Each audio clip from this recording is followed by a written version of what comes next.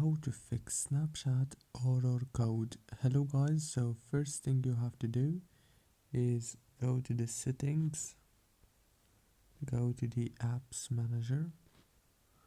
When you open the apps manager, on this page you will find all the apps that you have on your phone. So all what you have to do here is scroll down until you find Snapchat.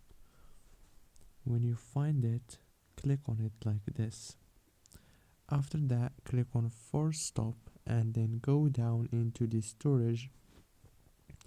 Click on clear data and clear cache.